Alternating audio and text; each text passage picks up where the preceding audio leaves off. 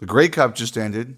Did Toronto win? Yeah, congratulations to the Toronto Argonauts. 24-23 over Winnipeg. Congratulations. Mike O'Shea, one of my favorite people, is the coach of the Blue Bombers. I never like to see him lose. I think he's a hell of a coach, but tough day for Gary Lawless. He loves his Blue Bombers. He really does, but he's doing fine in Vegas. But I know he loves his Peterborough Petes. He loves his Peterborough Lakers. He loves everything Peterborough, and we know about his Manitoba connection as well. 32 Thoughts, the podcast, presented by GMC and the new Sierra AT4X. Welcome to it, Merrick, Friedman, and Delich. Coming up a little bit later on, we have some of your emails, some of your voicemails as well, some thoughts on the games over the weekend. But we start, as always, with the news. And the very latest, and Elliotte, we talked about this on Hockey Night on Saturday, Shane Wright has been sent to the Coachella Valley Firebirds of the American Hockey League. This is after he was scratched for a fifth game in a row against the Los Angeles Kings on Saturday. That opened up the possibility for the 2-week conditioning stint. He has been sent there, and he could play as many as 5 games. 2 games against AHL Calgary, 1 against San Diego, 2 against Henderson, which would put him back in Seattle on December the 4th. If they're going to send him to the World Juniors, that would be reporting to Moncton on the 8th. Camp starts on the 9th. There is 1 Seattle game in between there, and that is against the, interestingly enough, Elliotte, Montreal Canadiens. A lot to unpack here. Your initial thoughts on all of it? Well, he just needs to play. Yep. We've talked a lot about this. If I believed in conspiracy theories, I would be thinking that there was a conspiracy against letting Shane Wright play. Now, I don't think this is a conspiracy on the same level as the Illuminati or maybe the Kennedy assassination. It's just kind of unreal when you sit and you think about the last couple of years and just all of the things that have conspired against this young man's development. Mm-hmm. Now, you're a guy, you follow minor hockey and junior hockey and the various levels of hockey a lot more than I do. And I remember the first time I met him, which was at a charity event, a benefit in memory of one of their former teammates, Roy Pechanovsky. Who else was on that team, Jeff? Brennan Othman was on that team. Don Mills Flyers, by the way. This is the 2003 Don Mills Flyers, so that would have been Shane Wright, would have been Brennan Othman, would have been Brant Clark as well. Those were the big 3. So it was a pretty well-known team in the Toronto area. It was a big fundraiser event, got a chance to meet him. And, you know, everybody at that point in time was saying just what a bright future he had. Yeah. And then, like a lot of young people affected by COVID, that year, he stays in Ontario because, as he told every team, he was being told, we're going to play, and then they didn't play, and he lost the year, and it affected his development, and now this. And look, Ron Francis believes in this guy. I think he has a plan for him. He's looking at Matty Beniers, who is a much better player than I really realized, and Shane Wright, and he's thinking, we're going to be okay down the middle for 15 years. They just can't get him into games. And I really thought they should have sent him down before this. Sent him down for a conditioning stint or sent him down to the OHL? Okay. Yeah, send him down to the OHL. Just play. And again, I don't blame Dave Haxtell. He's got to win games. There's a couple of things here. One, it was looking like he was trending towards a 2-week conditioning stint a couple of weeks ago. He had been scratched 4 games in a row, and then what would have been game 5, Jared McCann was hurt, so Shane Wright drew in, and the clock reset. We mentioned that Saturday on Hockey Night in Canada, and that brings us to where we're at right now. The other thing is, complicating all of this, I don't think that if you're Seattle, you want to send him down to a team that's not going to compete for the OHL championship, and that's the Kingston Frontenacs, who still own his rights. If you're going to send him to the OHL, you want him traded somewhere. The problem is, if you send him to the Kingston Frontenacs before January in any trade, they can't get last year's first rounder. You know, Jeff, I have to say, it got to the point for me where I don't care if Kingston was being relegated to the Central Ottawa Junior D division. It was time to play. I'm of the belief that if he gets sent to the OHL, like let's just say, and again, this is just me spitballing, He goes to Coachella Valley, plays his 5 games, comes back, plays the 1 game against the Montreal Canadiens, gets sent to World Junior Camp, has the World Junior experience, and then gets sent to the OHL. That would be in January. Yeah. I'm of the mind that he's going to, and the one team that pops out to me right away is Peterborough. Brennan Othman just got traded there. His longtime friend, as you mentioned, former teammate with the 2003 Don Mills Flyers. That's a team that's going to be, competing for a championship. Like, that makes a lot of sense. Mm-hmm. I just don't think that Seattle wanted him to play, who knows, risk injury, whatever, unless he was going to be playing on a team that's going to be at the upper tiers of the OHL. Yeah, I understand that. Like I said, I don't think Seattle is sabotaging this kid. I just believe first and foremost that the kid needs to play, and any game was a good game. Hey, if you wanted to go into the Merrick Beer League where you're going offside all the time, like, it just, as long as he's on the ice, I don't. I know a lot of people get frustrated with the rules about what, where you going to the AHL if you're drafted out of the CHL or you're drafted at somewhere else. Yeah, I get all this. I just think we got to a point where the kid needed to play. That's all. And I'm happy he's going to play. Yes, absolutely. And then we'll see what happens. If they end up going the World Junior route, at the end of it, it is either Kraken or Kingston or whoever knows where. But I'm with you. The kid does definitely need to play. Okay, something else from Saturday as well. Vancouver and the Ottawa Senators discussing deals involving defensemen. I had a couple people who said to me, "Did you say that Zaitsev turned down the deal?" And I said, "No, I don't believe that happened." I can't give you the exact timeline. It's kind of hard to say. Just so we introduce it properly here, this is a deal involving both Tyler Myers and Nikita Zaitsev. Yes, so there's been a lot of smoke around Ottawa because of everybody knows they're looking for D. And then, Mike Greer came out publicly with Erik Karlsson. We'd listen. And then, you and I talked about Ottawa, and we heard that they talked, but it doesn't look to be a match. And we know Ottawa's looking for a D. And then there started to be a lot of rumors about Tyler Myers turning down a deal to the Senators at some point. And I will say on that one, there's a lot of differing opinions flying around about what happened and who did what and who didn't do what.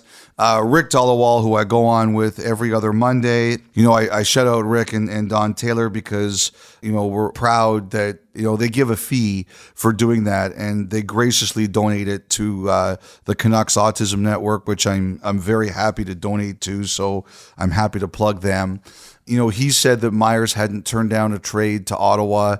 I'd heard the same thing recently. Again, there's a lot of people with differing opinions on this, but as it stands right now, I do think Ottawa and Vancouver talked about a Myers for Zaitsev deal, and it never got to the point where, at least not recently, when Myers even had to accept it. Mm-hmm. And Myers could block it, and I think it's even possible that Zaitsev could block it. I'm not sure, but it's not like he was blocking it. He was going to Belleville.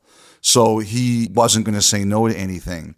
And some people were asking me, well, why would these teams do that? And to me, I think it's actually pretty simple. For Ottawa, who's lost confidence in Zaitsev, they would have a player that they would use in Myers.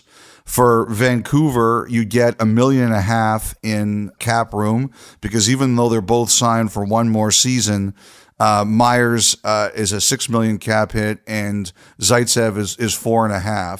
So that's a reason there. And Vancouver is looking for a bit more cap room to do some things. The other thing here too is that the reason I think it didn't get to a stage where anyone was specifically asked to approve it is that I don't think they could agree on what else would be part of the deal. I think there was the possibility of a draft pick, maybe someone else included, and I just don't think the two teams could agree on it. So that's why it didn't happen.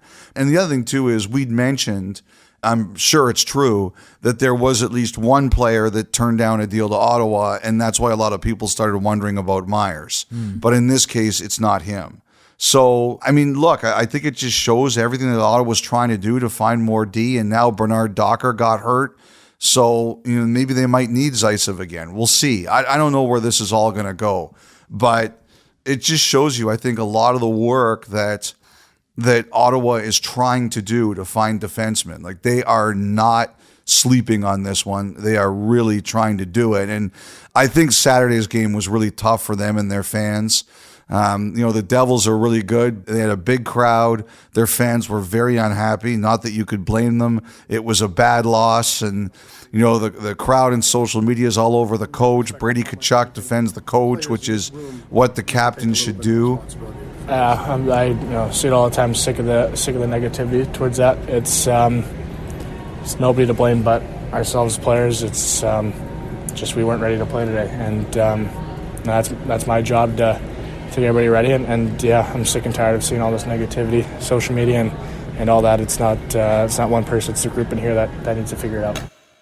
I mean, it's a tough time there right now. It's been a hard start to the year. And, Jeff, you and I have talked about the underlying numbers have actually been not bad for them until recently. Mm-hmm. But at the end of the day, you got to have W's. You absolutely have to have W's. I want to get to defensemen in the market here in a couple of seconds, and I want to get to a couple of notes on the Ottawa sale that you brought up Saturday. But, I mean, is this situation critical right now?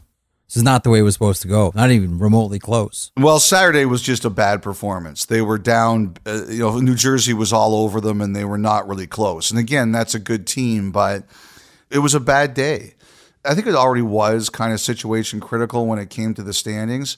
But again, here's a GM that backed his coach publicly, and also, I think, did it to the leadership group. I heard he went right to those players and told them the same thing he told the fans. Mm-hmm. And we all know he's trying. Like, there's no lack of effort to try to improve the team's defense. I think the other thing here, though, is that it's just tough with the sale hanging over the team because, they've poured a lot of money into it. They've signed a lot of players to long-term deals. There's no question about that. But I think once the sale process actually starts, and we're about a week or two away. We'd said earlier we think it's going to be after U.S. Thanksgiving where it really starts. Once it actually starts, then it becomes a question of, okay, now the team is actually for sale. They want to know by middle of January where this is headed. That's when you get to the place where, as any business person listening to this will tell you, you're very careful about any money that you add to the organization, because you eventually reach a point where, I don't know whether you would describe it as proper business practice or the right thing to do or what you would say, but you get to a point where you don't add any more obligation to the financial impact of the buyer. And I think that's always something that comes up in these kinds of things. That is interesting when you consider how much money has been added when you look at the contracts that were signed in the offseason. But park that for 1 second. But I think, Jeff, you could look at those as there was a benefit to doing that. Mm-hmm. A lot of these teams, they're real estate plays, right? They are. And this one is going to be right in the middle of that with a new downtown arena. However, you ask any billionaire that owns a sports team, unless they're crashing crypto like FTX is this week, you're generally not as well known or talked about in the business world as you are as to when you own a sports team. True. And that's what a lot of them have learned to understand, which is you can go and do a lot of things in the business world that aren't good, but people don't see them because they don't follow the business world like they follow a sports team. But when you make bad decisions running a sports team, people really come after you. And quite rightly, I believe, the Melnick family and the brain trust of the Senators saw a lot of those contracts they handed out as a sound business decision to make their property more attractive. And I think that happened. But now you get to the point where you're kind of told, we're not sure if we're adding any more with the team actually on the market. Do you want to share some of the notes from Saturday on the Ottawa Senators sale? And you focused in a little bit on Ryan Reynolds and the celebrity involvement in potential ownership here for the Ottawa Senators. For those that didn't watch Hockey Night Saturday, you care to vamp on that a little bit? Well, I've just heard that Ryan Reynolds is taking at least one, if not more, meetings this week. Like, this is very real. And by the way, we should mention Seattle on Sunday night had the largest crowd ever for a U.S. national team game on U.S. soil. Yes, they beat Anaheim's record. Yes, they had over 14,000 as the U.S. beat Team Canada 4-2 in the latest edition of the rivalry series. Hillary Knight was a phenom. Yeah, she had 2 goals, Sunday. right? She was awesome. Yeah, she was great. So we should mention that, but Seattle added Marshawn Lynch and Macklemore to their ownership group, and everybody kind of liked the vibe they got from that. The NHL sees Ryan Reynolds go on Jimmy Fallon and talk about wanting a sugar mummy or a sugar daddy. To do that. It's a very expensive. So, I need to partner with, really deep pockets. Much bigger. It's called a consortium or a consortium when you form a group together to buy an entity. And it's such a fancy way of saying I need a sugar mommy or a sugar daddy. Yeah, okay, but you do need one. Yeah. And if that doesn't, and all the positive press that comes for that and says, we should actually turn this into a thing. And they are. He's actively meeting with some of these teams about it. But I've heard there's the potential to be more. And Ron made the joke, and a couple of people started texting me, like, are you hinting that the Weeknd could buy into the Ottawa Senators? I don't know that that's going to happen. But, you and I, we chased this all day Saturday. Yeah. Do we have confirmation? We both got to the same spots. Yeah, we got Heisman. Which normally I say, that means there's something there. We both arrived at the same spot, and it is bars and tone. You're like, okay, maybe there's something to it. All I'd say is this, is that I don't know that that's true. But, the one thing about him, he's from he's a Toronto guy. He's tied into Scarborough. Obviously he's very proud of being from Scarborough. He has some representation that has tie-ins to Ottawa. At least 2 of his representatives, they were born overseas and moved to Canada and have connections to Ottawa. So, we'll see, Jeff. I don't know that it's true. I don't know that it isn't, but that rumor's out there. And I was kind of surprised. I was like, why would someone with a Toronto area connection do that? And then you kind of do the research about what's around him and you say, okay, it's not impossible to believe with all the Ottawa area connections. We'll see if it's true or it's just a bad rumor. Did you just pull the Doug McLean line of all time? I'm not saying it's the truth. I'm just saying what I heard. Hey, man, you saw me chasing it. You helped me. That was a fun little chase on Saturday. I give you homework with Erik Karlsson, and you gave me homework Saturday afternoon, and that was my grade was higher. A lot of fun. Yeah, you got somewhere. You and me got nowhere on Saturday with this one. Elliotte, before you move on, anything you want to add here about Karlsson? He's not been approached at this time about waiving his no move clause. That's number one. Mm-hmm. I think the interesting thing here is that by putting it out there, like Mike Greer did at the GM meetings, I think what he's done is he's created a conversation among a number of potential teams about what they're willing to do. So if you've been following this, you know that Karlsson has 4 years left on his contract after this season at $11.5 million per year. And one of the conversations I think that San Jose is trying to figure out is there anybody out there who's willing to take the whole deal?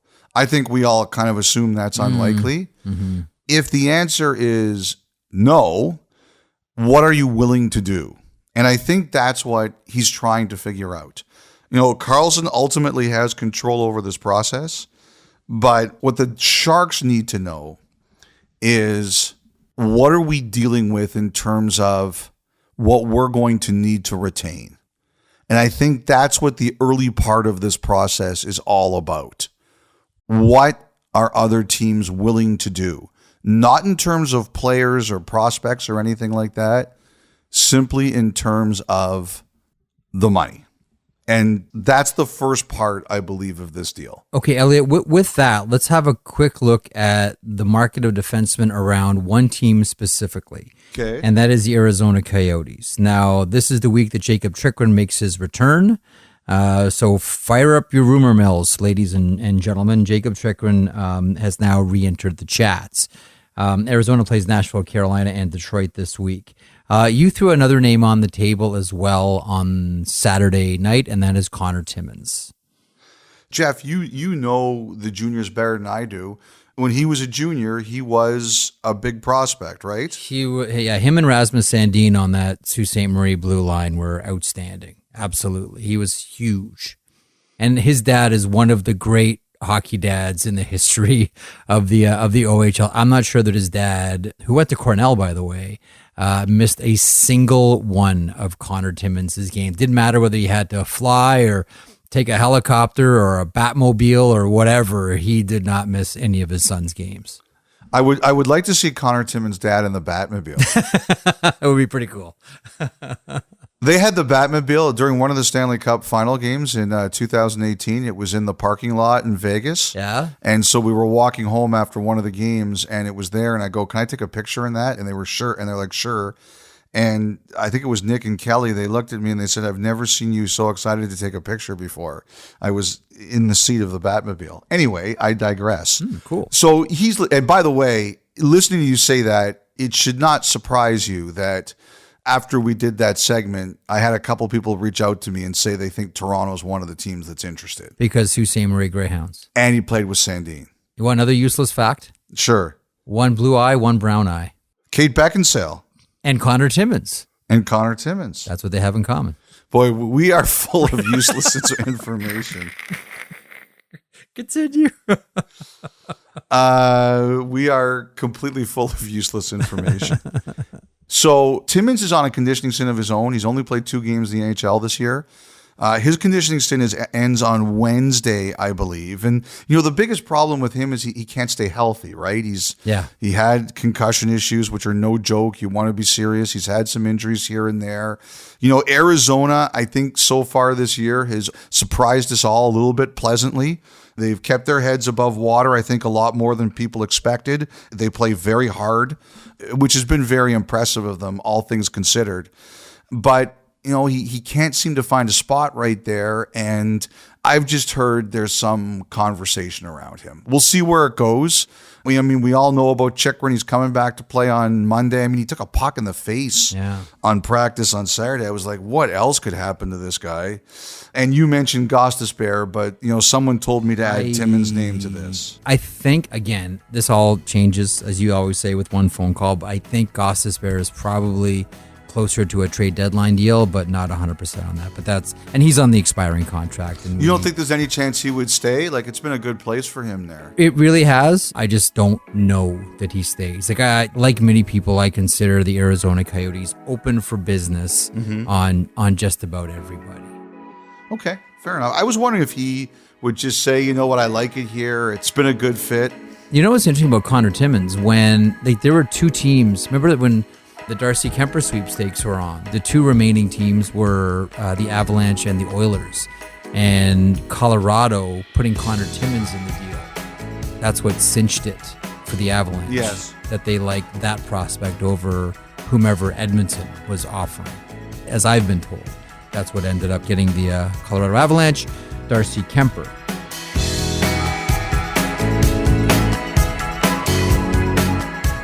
Listen to 32 Thoughts, the podcast, ad-free on Amazon Music, included with Prime.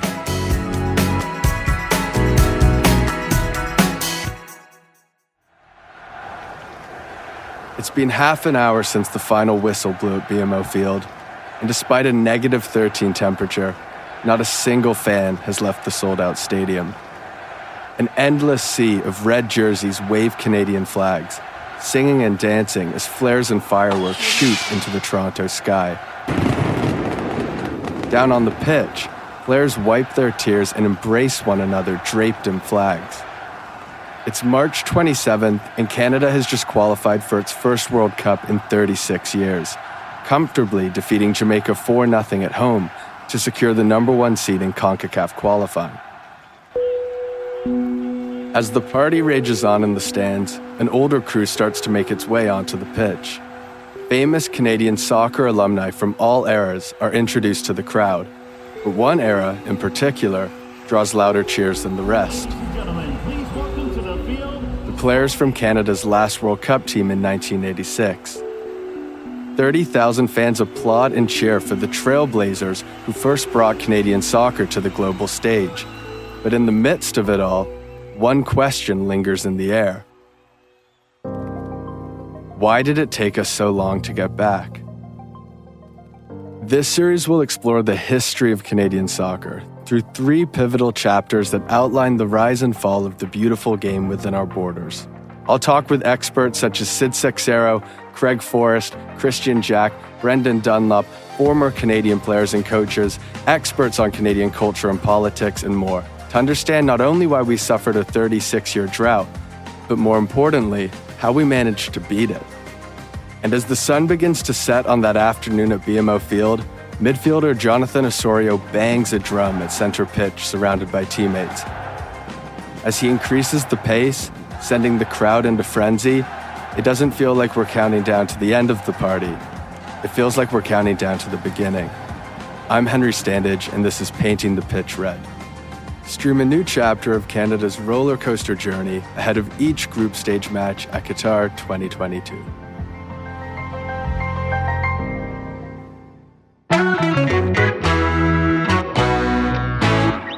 Elliotte, something I wanted to make sure that we got to today, Saturday, Islanders and the Dallas Stars. Now, one of the headlines coming out of it is Matthew Barzal finally scored. Wally still came away with it. Romanov in front deflection. They score! There it is! Matt Barzal!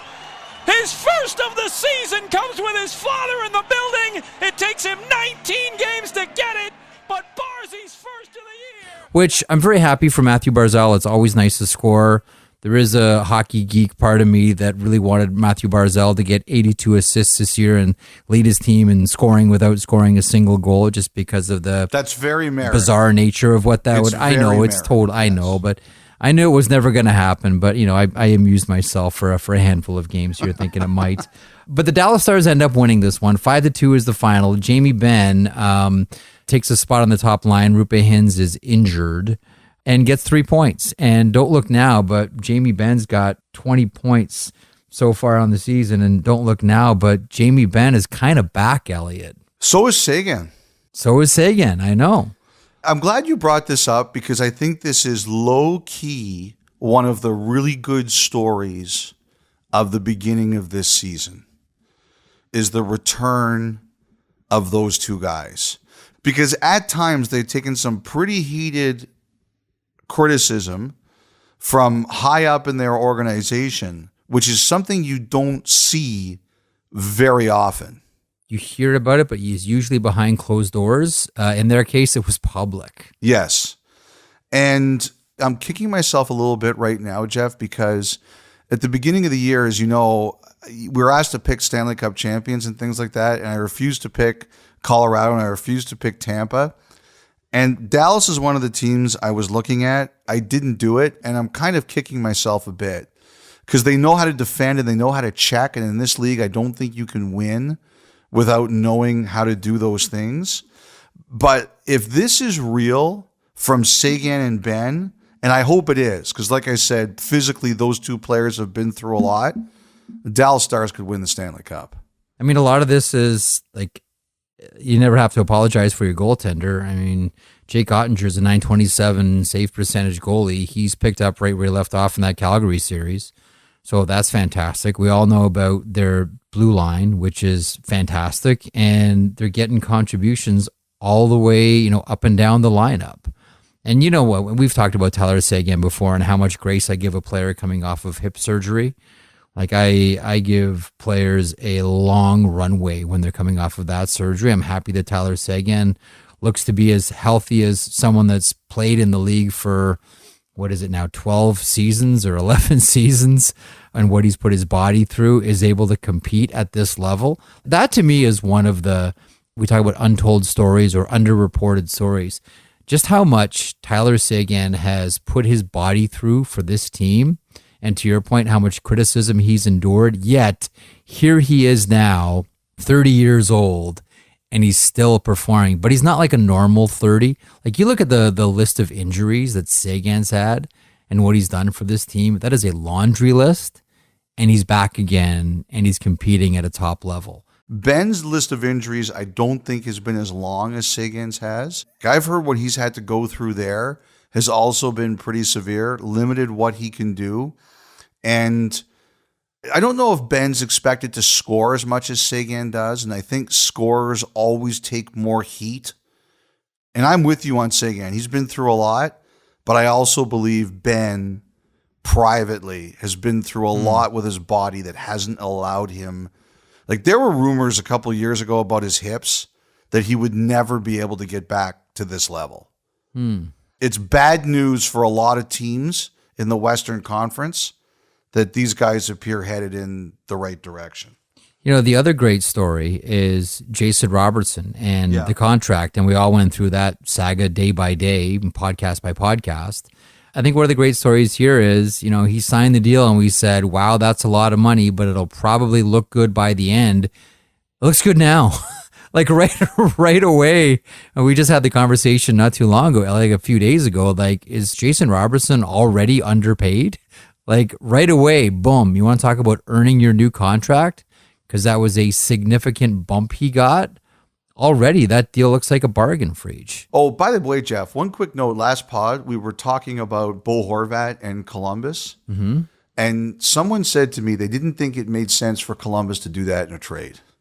They said, why would Columbus give up assets? If you really want them, because you got to sign them anyway. Yeah.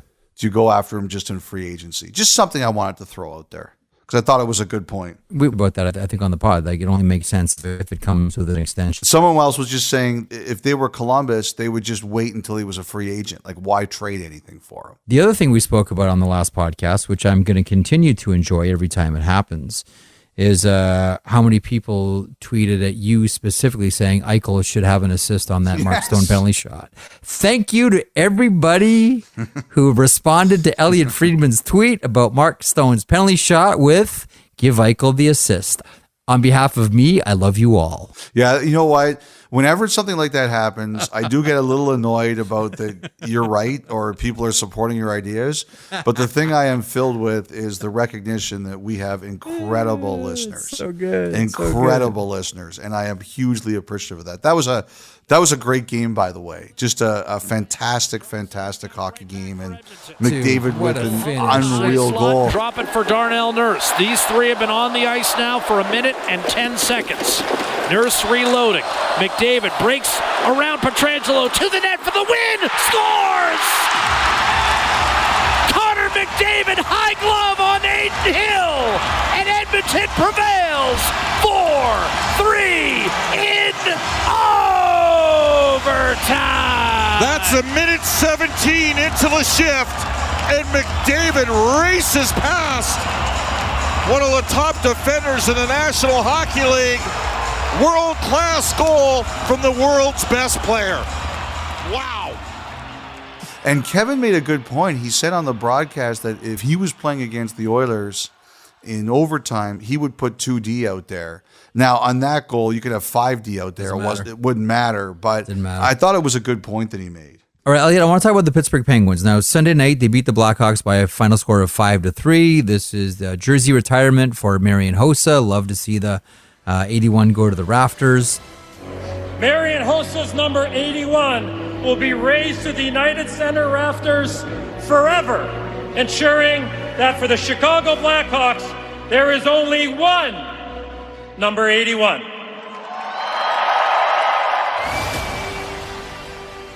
Great ceremony. Tremendous ceremony. I can only imagine what's going through Jonathan Taves and Patrick Kane's head as they're watching this ceremony. Game number 1,000 for Evgeni Malkin. I do want to get there. But first, is there any quote-unquote latest around the Penguins? Ron Hextall hates trade rumors. I don't feel like being beaten up by Ron Hextall, but I've heard he's looking into things. I don't think that should surprise anybody. I'm going to have Felix Potvin live at my house the next week in case Hextall hears this and doesn't like it. That's your only chance. Get the cat. I've just heard he's looking into things. The other team I've heard a little bit about is Anaheim. I don't want to go away too far away from Pittsburgh because I know you want to talk about the Penguins. We always joke about it, Jeff. You do the show on Saturday night and then people reach out and say, oh, well, here's more on this, or why didn't you say this? And, I just had a couple people saying that, Pittsburgh and Anaheim are two teams that, Pittsburgh is, I think they're just looking around. I think Hextall's trying to figure out what's out there, and I think he's looking into some things. And all I've heard on the Ducks is Toronto having some interest in Frank Vetrano, which I think makes a lot of sense. Left-hand shot, guy can score. But someone said to me they can't do even at 50%. It's 1.8. It's not something they think they can fix. But I'm sure we're going to start hearing a lot of things out of the Ducks. Like I said, I heard they've got a lot of people out looking to see what's out there. But back to Pittsburgh. Malkin, number game 1,000. We've all watched his entire career. I mean, I can still recall how much of a challenge it was to get him in with the contract. Is there a loophole? Can the Penguins get? You remember all of that, Elliotte, and that that first game where he scored on Martin Brodeur of the New Jersey Devils. He's provided so many memories since then. The coming out from behind the net and roofing it backhand, becoming one of his signature moves. The playoff success, the Stanley Cup success, the battles with players like Henrik Zetterberg. The battles with Alexander Ovechkin. Like, one of the things that I think we've totally forgotten here, because I guess mainly it was Ilya Kovalchuk that mended the fences, is how nasty it was between Malkin and Ovechkin for the longest time. And one of the things that I think we've all wondered about, and I'm sure you have as well, were there any times you think that Malkin said, it's Crosby and Malkin, 87 and 71. There have been plenty of players, and we think of Yzerman and Fedorov, where one of them says, you know what, I want to go out on my own. And Fedorov, famously signed that offer sheet with the Carolina Hurricanes, lighting another stick of dynamite in the feud between, Illich and Karmanos, CompuWare and Little Caesars. But I've always wondered at which point Malkin said, you know what, maybe it's my time to lead a team myself and not have it a two-man act. Was that ever close, do you know, to happening? He's admitted that he thought about it once. It was actually in a Sportsnet feature. I remember that, but did you ever think that it was close, though? I don't know if it was ever close, but I do think he thought about it. And then I think at some point he realized how good he had it. First of all, the one thing I would say about Malkin is, one of the fun things about lists and that are always put together is, there's always a debate about who's on and who's off and who was the miss. 100th anniversary all-time team. I didn't vote on that one, so I'm going to trash it. No, I didn't vote on that one, but I thought Malkin not being a top 100 player was a miss. And I think he's definitely a top 100 player in NHL history. The thing about Malkin is I think eventually, some people are made to be the alpha dog on a team and some people aren't. And I think as a player, Malkin's built that way. But when you're the alpha dog on a team, you've got to be the one who's always visible, always available, and you kind of have to sell the team. I'm not sure and it's not even because he's not North American. I just don't think his personality is wired to be like that. And I think he recognized that having Crosby there to do all of that stuff was very beneficial to him. I think he came to realize that at one time. But yes, I do think he thought about it. But the one thing I know, and I don't know if it's still the case now for Ron Hextall, but I know there was a time that if you were the general manager of the Pittsburgh Penguins, it was in your contract that you could not trade either Malkin or Crosby without ownership permission. There was always the belief or the edict that these guys retire as Penguins. That's what Mario Lemieux wanted, I believe. That was his plan. Like, these guys are retiring Penguins. They're not going anywhere. And it was close. Like, it was close this offseason. This one, we all remember, this one came right down to the wire, freaks. Yes. And for a day, for 24 hours, it looked like he was leaving. But common sense prevailed. And the other thing, too, I think Malkin deserves a lot of credit for is Crosby came back from a big injury. We never knew if he would be Sidney Crosby. And it's one of the things I most admire about Crosby is the fact that he came back from the concussion and neck problems to return to be Sidney Crosby. Malkin, too, has come back for some pretty bad injuries. I mean, they're not as public or high profile, but he had a pretty bad knee injury last year or 2 years ago, and it needed some pretty significant surgery, and he played on it, and he played at a pretty high level, and then he had the surgery and came back. And I don't know if you can be a great player in this league without going through that. Not to say that you need to, but how many great players do we know of have had significant injuries and played through them? And I think that he's one of them. And to me, that only adds to his legacy. He's been so much fun to watch. 1,000 games. I love, by the way, the tribute where they all did his warm-up. Yes. All of them on the ice. You know what it looked like? I saw it. It was like, great. Are they doing synchronized swimming? And then I kind of realized what they were doing. The looks from the Blackhawks were hilarious. It's so good. It's such a nice touch. The other really nice touch that the Penguins had tonight, Jeff, was Malkin's son announcing the starting lineup. I mean, that you could see that was very emotional for him. You almost wonder how hard it was for him to go out there and focus after that, because he's very emotional, giving his boy a hug in the video the Penguins put out. That's a real nice. Is even emotional for Nikita? Like, you see in the video how much it affects him too. Like, that's a great touch by the Penguins, a fantastic touch. 1,000 games for Malkin. He's provided all of us with so much hockey joy over the years. We'll hit a quick break, come back with some voicemails and emails after this. Evgeni Malkin.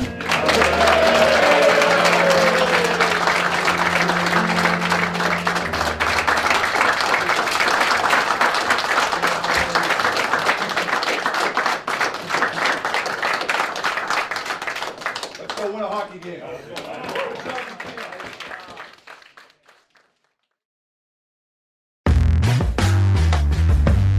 Okay, Elliotte, some emails, 32thoughts@sportsnet.ca, and some phone calls. The thought line, 1-833-311-3232. I'll say it slower now. 1-833-311-3232.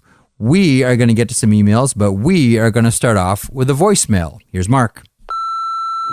Hi, this is Mark from Edmonton. I just was listening to your podcast about the World Cup of Hockey and the potential to do a Canada versus U.S. series, both the men and the women. I'm wondering what your thoughts are on a mixed best of 7. So the men would play game 1, the women would play game 2. I think that would be a pretty exciting and innovative way to integrate the best on best that both countries have to offer. And it could be replicable in a lot of other places. As always, great job, Merrick and Amo, and thanks for taking my call. It lives. I have to say, I actually think that's a pretty interesting idea. So do I. The only question is, who gets game 7, the men or the women? Well, you could do it either way. Like, for example, I could see a situation where the NHL says we want our players playing a 3 games max, right? Because that was our initial idea, best 2 out of 3. Yeah. So you could do it that way. The women get the 4th game if necessary. I love this idea, Mark in Edmonton. Well done. I think it's a great idea. Take the rest of the week off, Mark. What a great idea that one is. All right. Cody from Saskatchewan submits this one.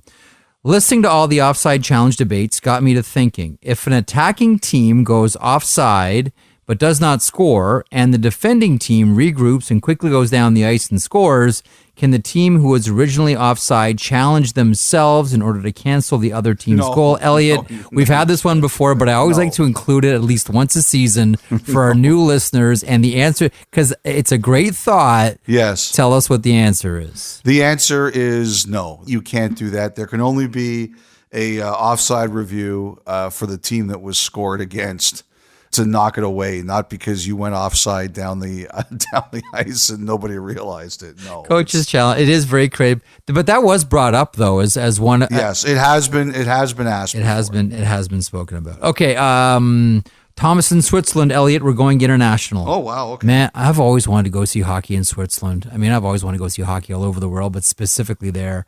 First of all, thanks to all of you, I guess even you too, Elliotte, for your fantastic work. Never miss an episode. Can't imagine how much you guys mean to the hockey community over here in Switzerland. Those are very kind words. Thank you, Thomas. Here's my question. Patrice Bergeron signed a 1-year contract with the Bruins carrying a cap hit of $2.5 million. He also has a performance bonus of $2.5 million, I believe, for over 10 games played.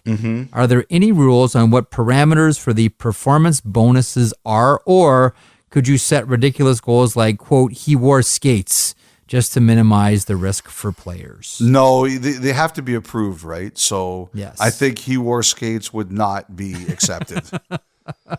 But good try. Because then I would wear skates every day, walking down the street and say, someone owes me $2.5 million. Where's my bonus, damn it? I have to say, I do like these kinds of questions because I'm one of those guys who likes to bend the rules in pools as much as I can.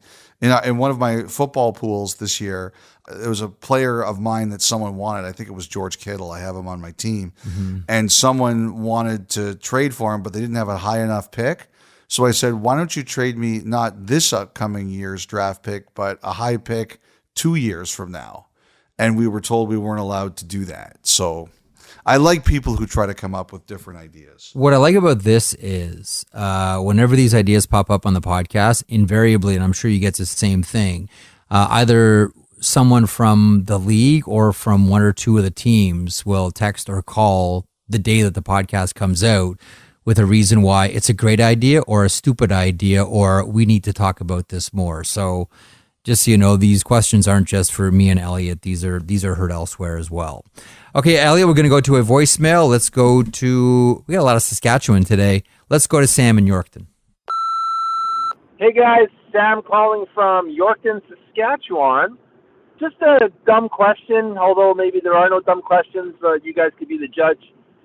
The way players change on the fly, I know there's not much chance of it happening in reality, but in theory, it could happen. Can a goalie change with another goalie on the fly? Or is there some rule that prohibits that? Anyway, probably a dumb question. Thanks, guys. Thanks, Amel. Thanks, Jeff.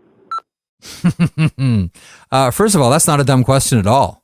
And the answer to that, Elliotte, is yes. They can. You can absolutely change on the fly. Have you ever seen it before? No, I've never seen it, but I did check with a former NHL referee about that this afternoon and was told, yes, you can do that. Absolutely. I don't know that I've ever seen it.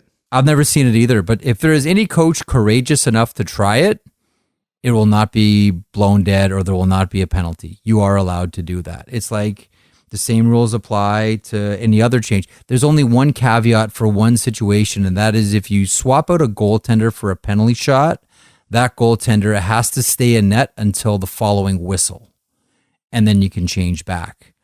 But as far as like goalies changing on the fly, Sam in Yorkton, it's not a dumb question at all. It's a really interesting one. Only reporters ask dumb questions, and I've done it several times. Good question, and yeah, the answer is yes, you can absolutely do that. All right, let's do one more. Let's do another voicemail then. Let's go to Todd in New York. How's it going, guys? Long-time listener, first-time caller, Todd from New York. I just have a quick question. I'm a big fan of guys with hard slap shots, but most guys with the really hard shots, I feel, don't ever make it to these all-star games where they get their shots clocked. For example, maybe, I don't know, as low-key, maybe Johnny Boychuk with that Johnny Rocket, but growing up for me as a Devils fan, Brian Ralston had one of the hardest shots in the league. Yep. I know if I ask you guys who had one of the low-key hardest shots, Jeff will say some Maple Leaf from the 70s, but maybe Elliotte could give me a good answer. Okay job, Jeff. Great job, Amel. And thanks a lot, guys.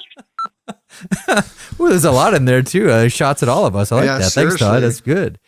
First of all, I agree with you on this, Todd. And boy, the way, he sounded like a New Yorker to me. Oh, man. Yeah, it's awesome. One of the people I think should be invited is Ryan Pulak. Going away. Absolutely. And I've actually talked to him about this before. I think he should be there. I do think they should take specialists. It's been debated before. It's never really happened. You know, last year, for example, they tried to convince Chara to go. And he was like, no, this is a this is a mockery, I'm not doing it, which is too bad because I would have loved to have seen. I mean, talk about a Leaf from the 70s. We'll go Leaf with the 80s. I love the idea of Iafrate going there. I really do. For example, I think now, and the slap shot's a dying thing in the NHL, but I would love to see Ryan Pulock there. A couple of names that popped to my mind right away. Well, first of all, Martin Frk, with all due respect to everybody else in the pro ranks right now, Martin Frk bombs it. Yeah, he won it at the AHL level, right? Oh, yeah. Didn't he put up like 109, Elliotte? Like, you want to talk about a bomb? That's a bomb.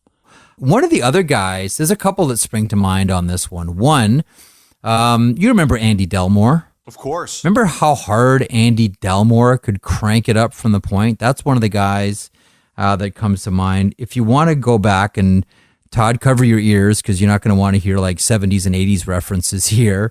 Jacques Lemaire had a great slap shot. Jacques Lemaire had a dynamite. Like you never think of like Jacques Lemaire and his dynamite. Well, you think of the goal against Tony Esposito right back in 71. Like he had a bomb of a shot.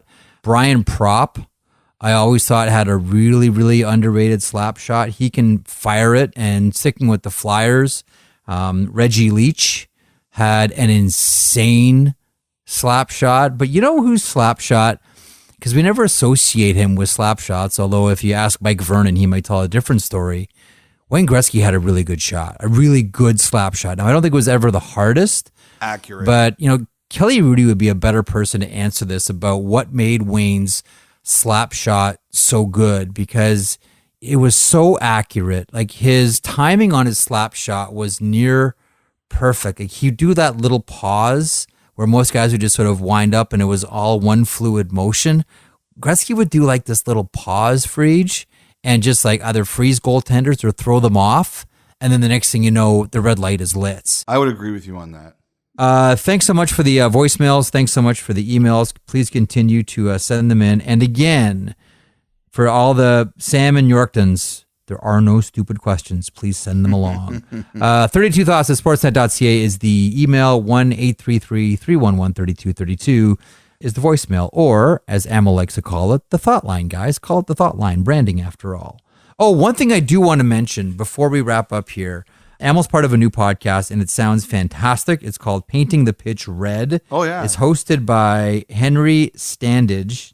The trailer is out now. It's available everywhere you get your podcasts. And essentially, Elliotte, this is the history of Canadian soccer and why exactly it took 36 years for Canada to qualify for its second World Cup. This one sounds outstanding. And though we are loath to give praise, once again, Amel Delich hits this one out of the park. So look for that one and look forward to hearing the full thing. I no doubt with Amel involved, it'll sound great. I feel like I'm congratulating my wife for cheating on me a little bit, but I'm very happy for you, Amel. He's stepped out, but you know we'll give him a hall pass on this one. How about that one? Thanks for that, guys. The first episode of the 3-part series drops on Tuesday. Get it wherever you get your podcasts, and it's hosted by a Western alumni, Elliotte. I don't want to talk about Western. Tough loss in the Vanier Cup semifinals this weekend.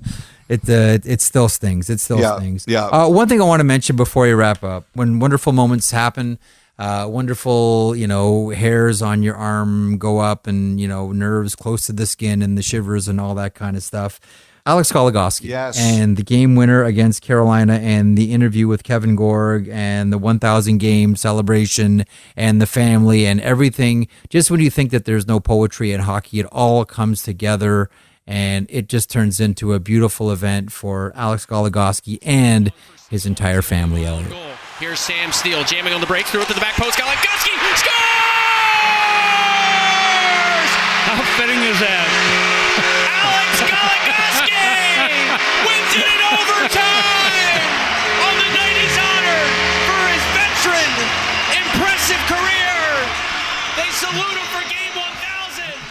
And tonight he has the overtime. What it is a reminder that you could be 37 years old, you could play 1,002 games in the NHL like Goligoski has, and you never lose that pride in yourself or that passion and the will to play the game. Mm-hmm. It would be very easy for him to be satisfied, but here's a guy who, after he played his 1,000th game for the Minnesota Wild, was scratched in 14 of the next 15, I think it was, And then he gets back in the lineup on the same night he gets the silver stick, and he scored, as you mentioned, the winning goal. And we'll let his voice speak for itself, but I believe this. Every player who plays so much as one game in the NHL is a great player.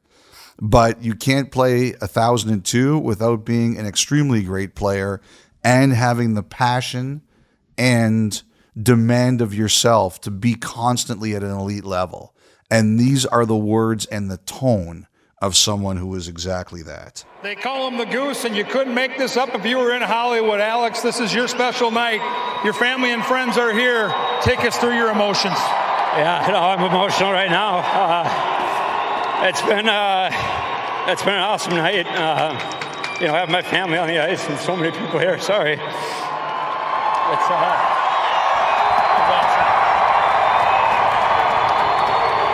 This was a huge game for your hockey team. You're on the ice in overtime on your big night. You've got to put the emotions aside and make a play. Take us through, because it started with you in the defensive zone. Yeah, no, great play by Freddie, and Steeler obviously coming up the ice. Steeler makes a great play backside to me, and lucky one in. What can this mean for you and your team, knowing what you've been through in the last couple of weeks, beating one of the very best in the league? Yeah, we talked about it needing a win like this to get us going. We've struggled at home. Fans, stick with us. We need you guys. We're coming here. We're gonna be good.